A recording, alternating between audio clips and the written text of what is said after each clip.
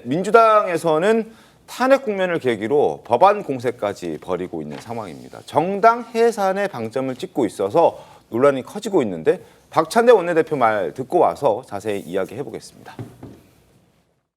국민의힘 윤상현 의원은 헌재 앞에 돗자리를 깔고 앉은 것도 모자라 민주당을 막을 수 있는 길은 국회 해산뿐이라는 등 국회의원 총사퇴하자라는 등 망발을 내뱉으며 극우선동에 나서고 있습니다. 헌법과 민주주의를 계속 겁박할 거면 차라리 윤상현 의원 말처럼 국회의원직을 사퇴하고 당도 해산하는 것이 바람직해 보입니다. 네, 민주당 박홍근 의원이 최근 법안을 발의했습니다. 보여드리죠. 내란 외환죄로 대통령이 파면되거나 형이 확정될 시 정당 해산 청구를 할 수 있도록 하고 형 확정 이후에 첫 번째 선거에는 후보를 내지 못하게 하는 게 이 법안의 핵심입니다. 그러니까 지금 이 윤석열 대통령 탄핵 정국을 적극 반영했다고 봐야 되는 거죠. 최병무 의원이 지금 이 박홍근 의원의 법안 발의대로라면 지금 만약에 윤석열 대통령 곧 탄핵이 인용이 되게 돼서 대통령 파면이 되게 된다면 국민의힘 해산 심판을 좀 받아봐야 된다는 거예요? 해산 심판을 정부가 청구해야 되는 거고요. 네. 국민의힘은 그 첫 번째 선거, 뭐 결국은 이제 대선이 되겠죠. 대선에 이제 후보를 내지 말아야 된다 이 얘기잖아요. 저 법안이 확정되면. 네. 글쎄, 과연 그런 일이 일어날 수 있을까? 뭐 전 이제 저희들의 경험으로 보면 불가능한 법이라고 저는 생각을 하거든요. 네. 그런데 이런 불가능하고 누구도 동의할 수 없는 이런 법이 국민의힘 직전 원내대표를 했다는 사선 중진 의원의 발의로 국회에 제출됐는데 민주당 내에서 아무런 이의가 없다. 그게 오히려 더 궁금합니다. 이 법안 같은 경우는 그러면 야당이 지금 의석수가 많기 때문에 단독으로 통과시킬 수도 있는 되겠죠. 거잖아요. 네. 그런데 그게 이제 통과돼서 정부로 넘어갈 텐데 정부에서 뭐 거부권은 명확 관화한 거고요. 거기에 대해서 국민의힘 의원들이 동의할까요? 국민의힘 없애자는데?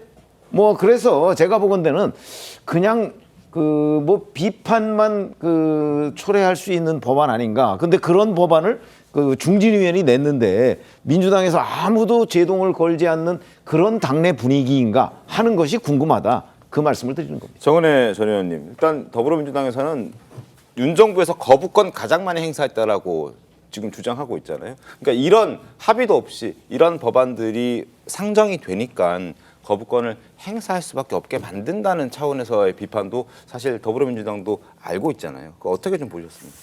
저는 충분히 합리적으로 생각해 볼 수 있는 법안이라고 생각을 이게 합니다. 합리적이다 말씀이신가요? 네, 왜냐하면 우리가 방금도 얘기했지만 구로구청장 선거 같은 경우도 국민의힘이 무공천을 결정했어요. 네. 근데 그 무공천을 결정했던 이유가 자신의 개인의 재산을 지키기 위해서 구로구청장의 임무를 하지 못하고 있기 때문에 무공천을 결정을 한 것이고 국민의힘의 그 서울시당에서도 그런 잘못을 인정을 한 것입니다. 탄핵 같은 경우도 이번에 우리가 윤석열 대통령의 탄핵 이후에 그 윤석열 대통령과 그 함께했던 그 정당이 뭐 해산을 하든 저는 무후보를 내는 것이 가장 맞다라고 보여지는 이유는요. 정치라는 것은 도덕적인 책임과 법률적인 책임이 있습니다. 물론 박홍근 의원께서는 이제 법률적으로 이제 그런 제도를 만들자는 것인데 저는 국민의힘에서도 심각하게 고민을 해봐야 할 것이 도덕적으로 도의적으로 본인들이 후보를 내세우는 것이 맞냐라는 고민을 좀 해야 될 것 같습니다. 이 부분은 다음에 또 국민들에게 신뢰를 받기 위해서는 대한민국에 큰 두 개의 거대 야당이 거대 정당이 있지 않습니까? 이런 측면에서 본인들이 스스로 책임을 지고 이번에는 후보를 내지 않겠다. 이런 말을 저는 당당하게 하는 것도 나쁘지 않을 것 같습니다. 알겠습니다. 뭐 책임지고 후보 내지 않겠다, 안아야 한다라는 주장해 주셨는데 서울시장 보궐선거, 부산시장 보궐선거 때 박원순 전 시장, 오거돈 전 시장 그때 논란됐을 때 당원 당규까지 바꿔가면서 후보 출마를 시켰던 게 더불어민주당이라는 생각도 듭니다. 그렇죠. 그래서 사실 정치적 책임을 통해서 비판한다는 것도 민주당이 상당히 좀 면 빠지지 않나요? 가장 그런 상황에 직면했을 때 당원들이 원한다라면서 당원 당규 고쳐가지고 무공천 원칙 깨고서 냈던 게 민주당 아니었습니까? 그리고 이거는 그런 정치적인 주장으로 할 법한 내용을 법으로 만들기 때문에 논의의 핵심이 있는 거잖아요. 이거는 위헌이에요. 사실상 헌법에서 금지하고 있는 연좌제를 통해 가지고 정당도 날리고 거기서 후보도 이제 하지 못하면은 사실 당원이나 국민들이 원하는 한쪽 진영을 대통령을 완전히 무너뜨리는 거잖아요. 거기서 후보를 낼 수 없다라고 하면은 어떤 정치 세력의 의견을 담은 사람들이 대표로 나올 수 있는 기회 자체를 박탈하는 것이기 때문에 사실 어떤 정치권에서 논의를 통해 가지고 헌법재판소로 가서 위헌 정당인지를 논해야 되는 걸 그냥 아예 법으로 그냥 민주당이 그냥 뚝딱 만들어버린 거거든요. 네. 이건 법 안에 헌법에서 금지되는 모든 것들을 담고 있어요. 연좌제도 담고 있고 정치적인 결단도 담고 있고 헌법재판소의 그 과정까지를 굉장히 축약해버렸거든요. 그러니까 민주당이 이러니까 지금 법을 남용해가지고 자기들의 이익을 챙긴다라는 비판을 피할 수가 없는 것이다 이런 생각이 듭니다. 네, 알겠습니다. 이 국민의힘 주진우 의원도요, 이재명 대표에게 아부하는 법안을 그만 내라 이렇게 직격을 했는데요. 그 목소리도 들어보겠습니다. 민주당 박홍근 의원이 사선 의원이거든요. 이재명 대표에게 딸랑딸랑하고 있어요. 쉽게 얘기하면 아부 떠는 겁니다. 내란의 유죄가 확정되면 국민의힘은 해산할 수 있도록 하는 법안을 제출했습니다.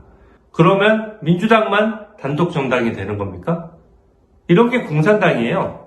독재 정당이고. 민주당이 법안 단독으로 통과시킨 법안이 얼마나 많으며 청문회도 모든 걸 단독으로 하고 독단적으로 하는 게 너무 많은 겁니다. 자, 지금 여권에서는 이런 건 속전속결로 해결될 수 없다. 그리고 처리될 가능성도 거의 제로에 가깝다. 뭐 이런 얘기들이 지금 나오고 있는데 어쨌든 민주당은 이런 걸 발의했습니다. 사실 뭐 발의가 된 것이고 뭐 이게 통과되려면 또 많은 절차들이 남아 있으니까요. 사실 저는 이 논란을 너무 확대해서 얘기할 필요는 없다고 생각합니다. 저는 그것보다는 국민들께서 과연 집권 여당이라고 하는 국민의힘의 책임에 대해서도 분명히 묻고 계시다라는 점도 생각해야 된다고 생각하는데요. 왜냐하면 사실 국민의힘이 그동안 보여줬던 모습들 그리고 대통령의 12.3 비상계엄 이후에 계속해서 국민의힘이 보여주는 또 메시지들을 봤을 때는 국민들께서는 점점 국민의힘이 오른쪽으로 가고 있는 것 아니냐라는 우려의 목소리도 분명히 보내고 있습니다. 게다가 1호 당원이라고 할 수 있는 윤석열 대통령에 대해서 아직까지 아무런 조치가 없었거든요. 예전에 한동훈 전 대표 때에는 뭐 대통령에 대해서 뭐 출당 조치라든지 이런 게 있어야 되는 것이 아니냐라는 부분이 조금 논의되다가 이제는 이 얘기가 쏙 들어간 얘기가 됐습니다.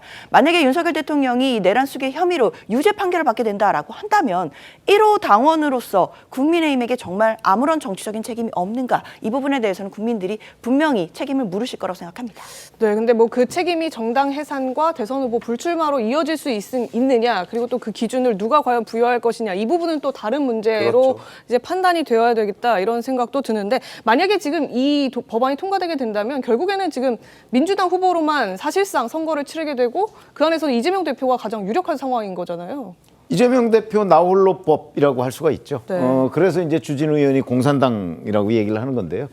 뭐 저런 거는 제가 보건대는 저희들의 경험으로 볼 때는 통과될 뭐 국회에서야 뭐 통과될지 모르지만 법안으로 확정될 가능성도 없고 국민들 눈에도 저 부분이 대단히 부적절하다고 그 판단이 될 것이기 때문에 성립될 가능성이 없는 걸 가지고 지금 그 계속해서 중진 의원이 냈다 민주당의 가치만 떨어뜨리는 일이다 이렇게 생각합니다.